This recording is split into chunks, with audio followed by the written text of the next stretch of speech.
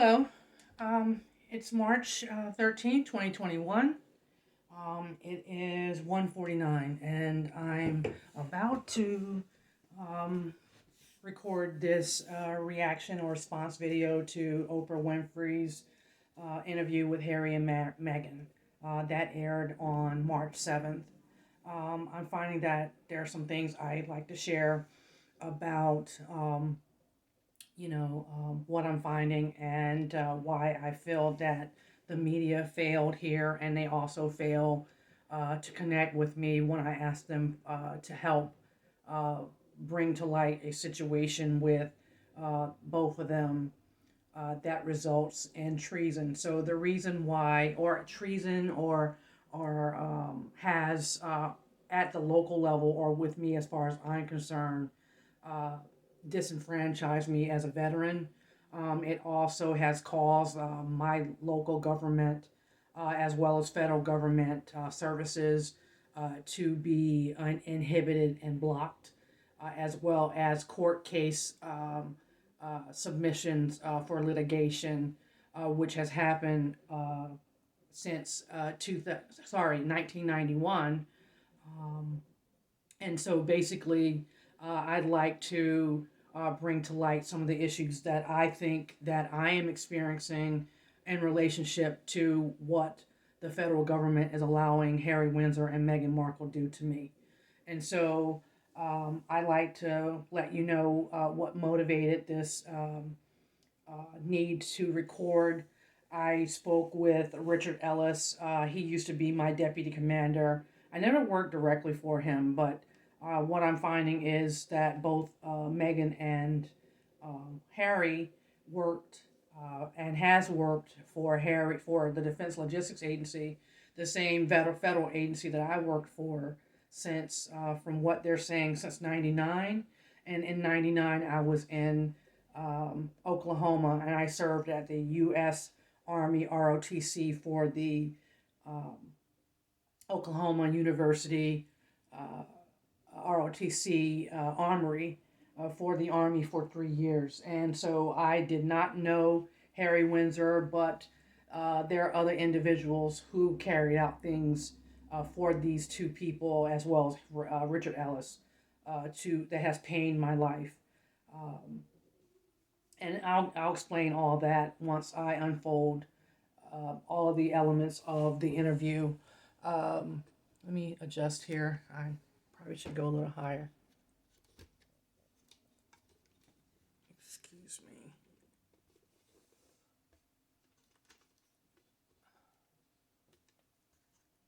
There.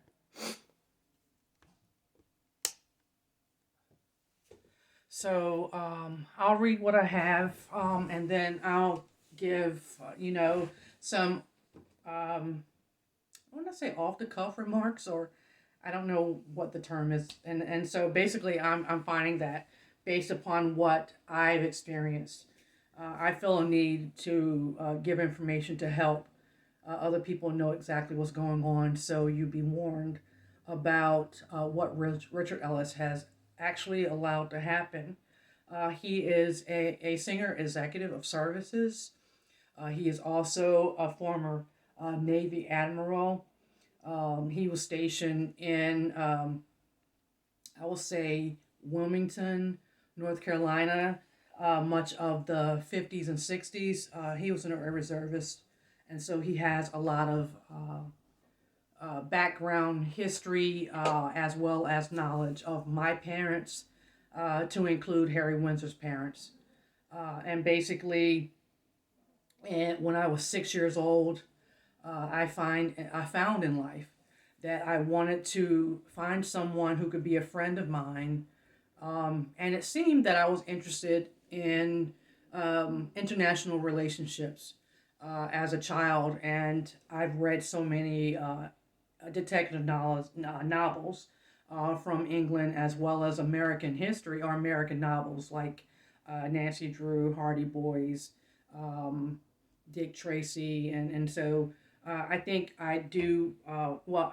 Based upon that and some other books I read, um, I was inclined to want to have a mixture of friends. But as a 6 year old, I identified someone I wanted to be friends with as a girl who would possibly come from overseas.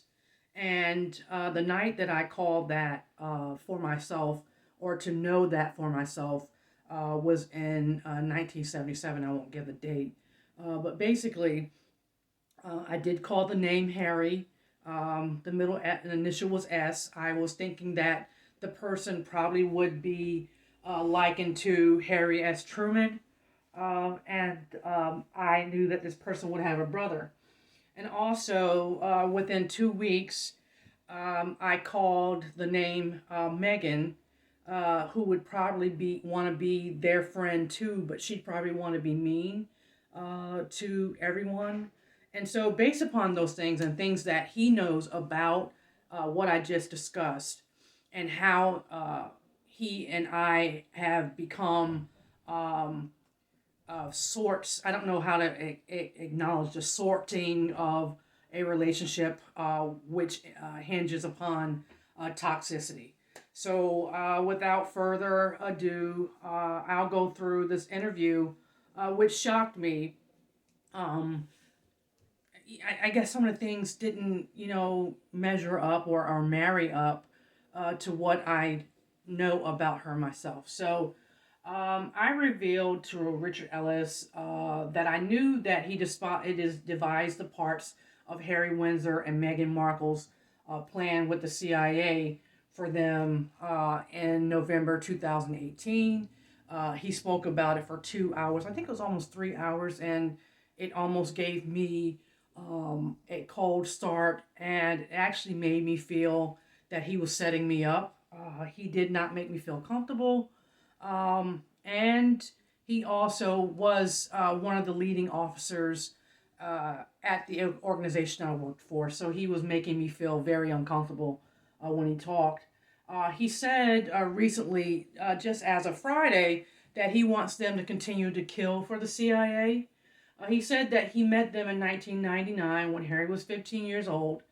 Richard's trusted aide said that he followed her footsteps by leaving school, and her name is Pamela Tull, entering the workforce at 15. However, the legal age for the Defense Logistics Agency, SCEP, I can't remember SCEP, but basically it's a program to bring in high schoolers. I think at the age of 18, 16, yeah, 16 is too young, so 18, Richard allows them to use government Illuminati schemes in both North America. They told me that it went as far as South America to carry out small tasks that led to criminal activities. In recent years, I was disturbed in my life after I graduated with my second master's degree, master's in science and management, with a concentration in public administration. That means I want to work for the federal government, which I did a lot of research for. Harry has let me know that he knows over 5 people, just recently, 5 people, as far back as 2004, before he married in 2018. He also let me know that he has hacked me and eavesdropped on me since 1993, with knowledge that England has been eavesdropping on me since 1991 when I was stationed in White Sands Missile Range. Um, I know that it's true because he can tell me anything and everything I did on a certain day.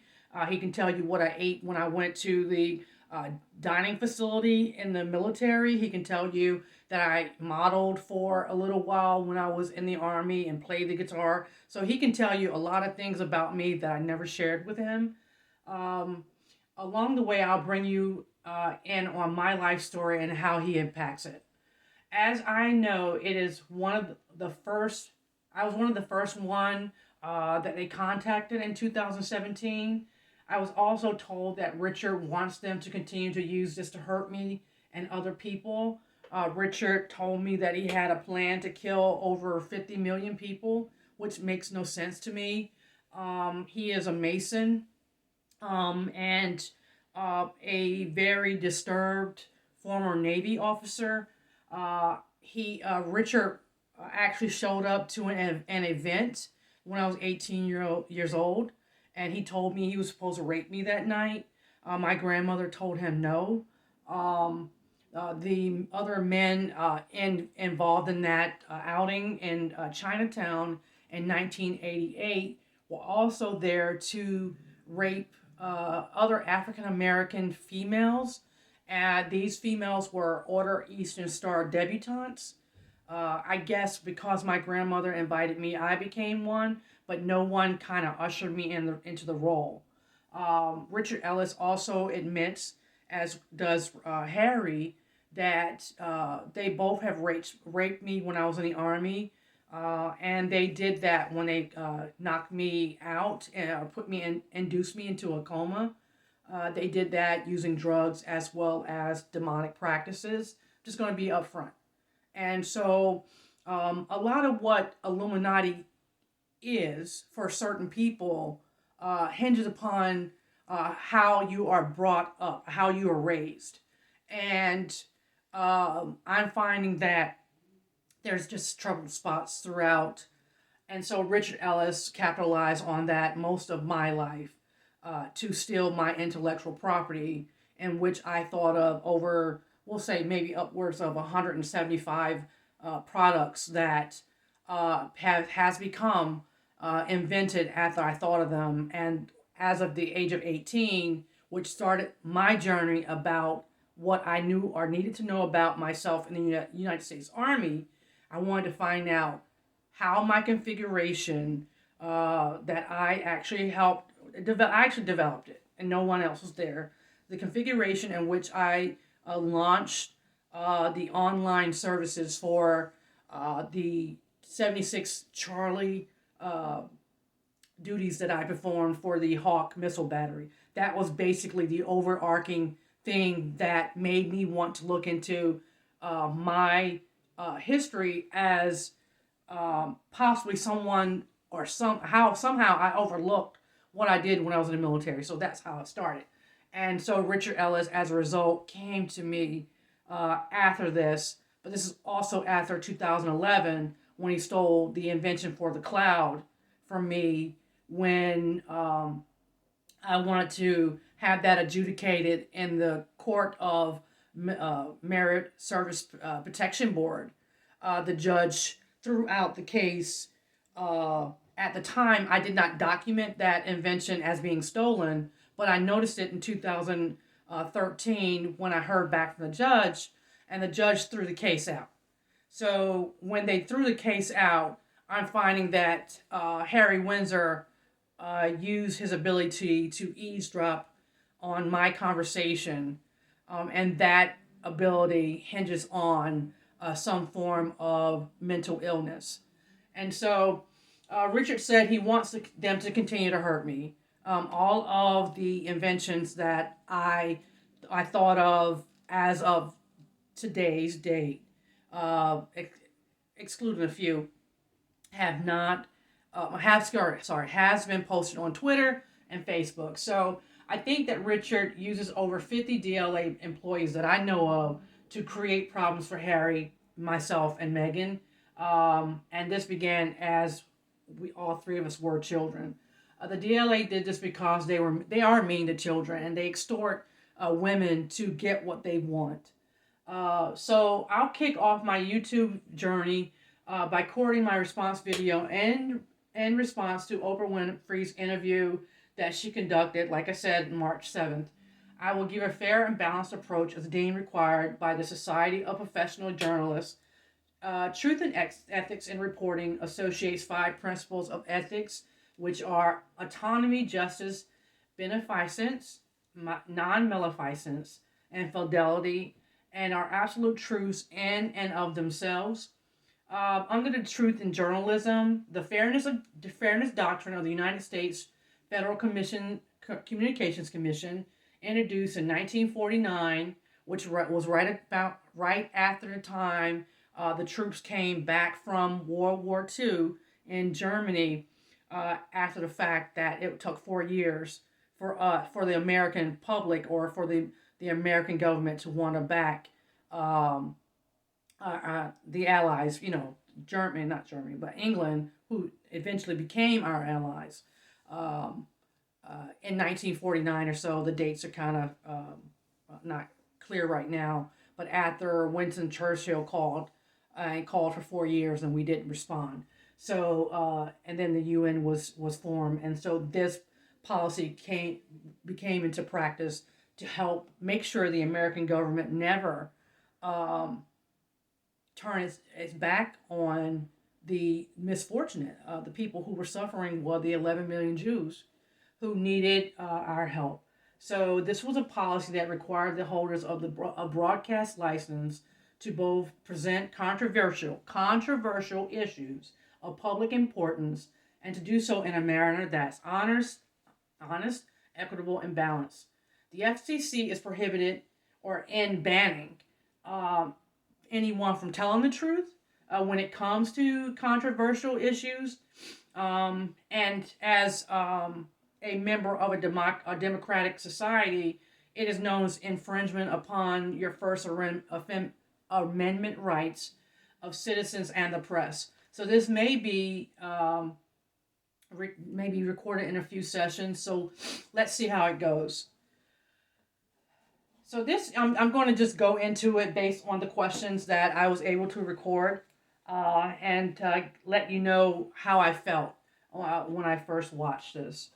Um, so they really seem to want a narrative of a hero and a villain. This is about the tennis match at Wimbledon when Meghan and Kate went to the tennis match.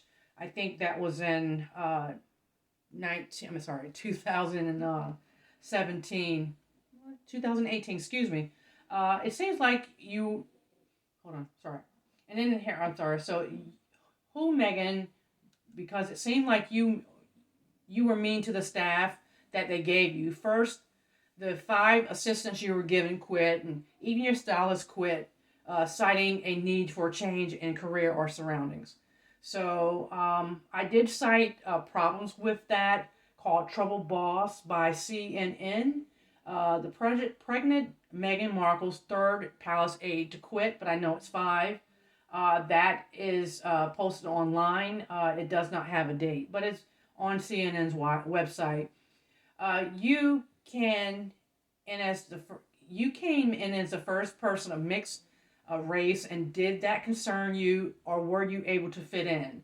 You came in as an actress, as an American, as a divorcee, and as an independent woman. And Meghan said, "I think about it because they made me think about it. I thank God, based upon those reflections, that she kind of put it a different way.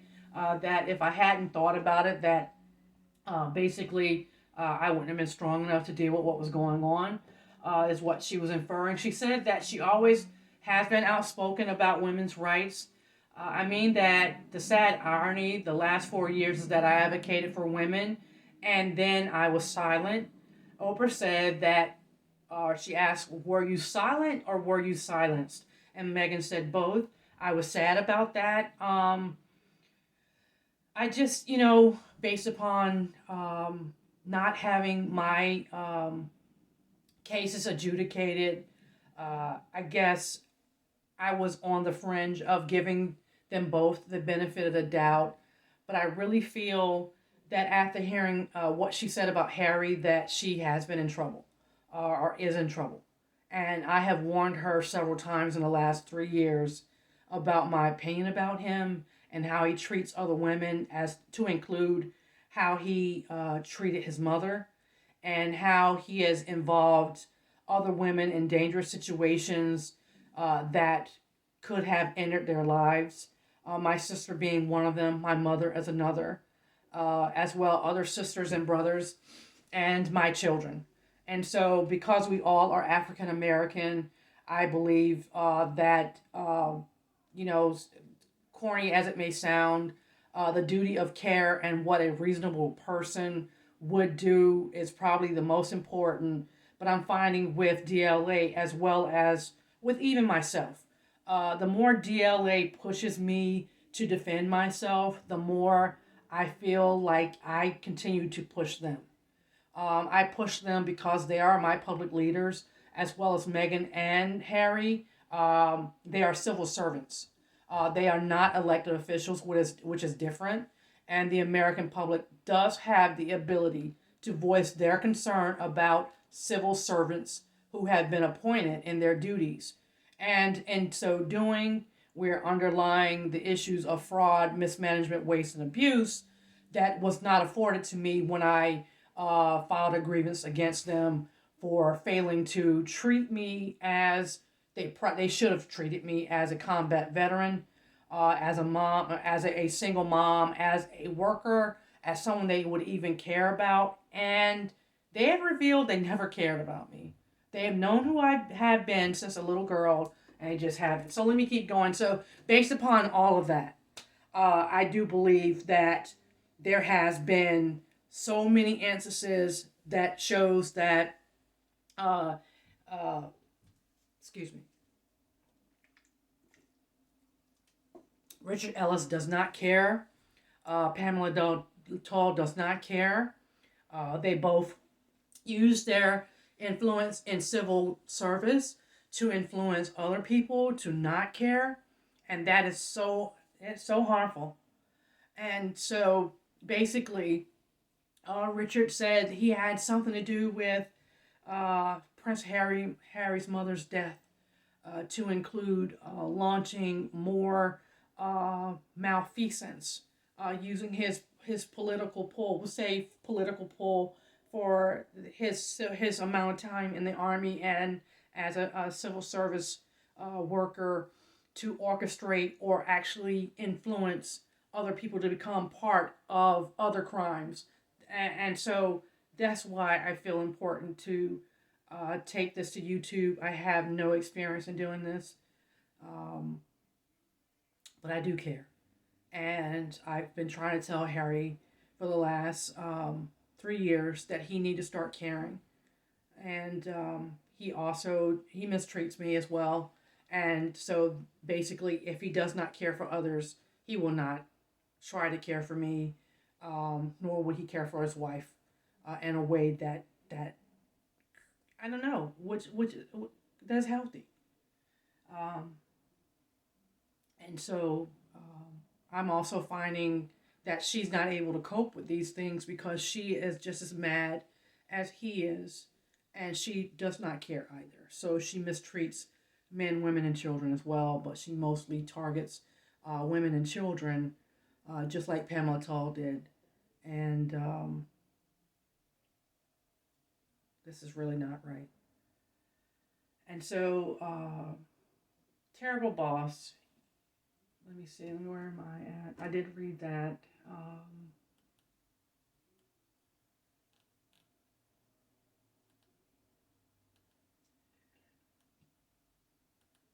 The tabloids, from the tabloids, it says everyone in my world, when Harry and I was dating, told me to say no comment, even for questioning about her parents. She knew her background and tried to have the federal government hide her information, but it was discovered and leaked to Buckingham Palace by Cora. She has also been married 3 times, which I posted on Twitter for people to know that she lies, and she tried to hide it. Harry, you are number 3. She said that she married Trevor Eggleston, which was her only husband. But I found out from an online source that she married a man named Giuliano from Canada, and another man, I can't remember. Um, she bombards Harry with these relationships to this day. She still has relationships, or she's open in her sexuality with these men. I am also told that this is the same mysterious common friend that they knew. I missed a part. They met on a dating service that I also have used. I also have talked to Harry Windsor in 2005. Harry also told me that he knew her when he was 6 years old, and that he had sex with her in 1990. And after he raped me when I was unconscious from being drugged. Um, yeah, so, basically he told me that this happened after I was drugged. She felt that she was being protected against the media, and was told to find out what was going on about her on the internet by her family and friends. However, ET Hollywood, Access Hollywood, and the entire news media told the world she was ready, and to them she was, and to me she was too. I so totally benefit. I totally backed her. Um, really, I mean, just as a new fan, you know, uh, wanting her to, go full throttle, to have the best life she possibly could. Um, Hopefully better than Jane Kelly, another Philadelphian, which I knew of in the news media, who married the Prince of Morocco, not without um, tabloid and sensationalism, but it was, a marriage that Jane Kelly was a part of too. Sorry, not Jane Kelly, Grace Kelly, excuse me. And so she says she felt that her career uh, prepared her for a life of royalty, but she also, but should that be determinant of what prepares you for royalty and the British monarchy? This is our most intimate time in recent history, getting to know the monarchy, and we did it with her. I assure you, I have not had the time because I always saw myself as an up and coming non commissioned officer and leader in the military, as well as possibly um, working for the private sector. I wasn't looking for a government job. All of these problems in my life actually pushed me in that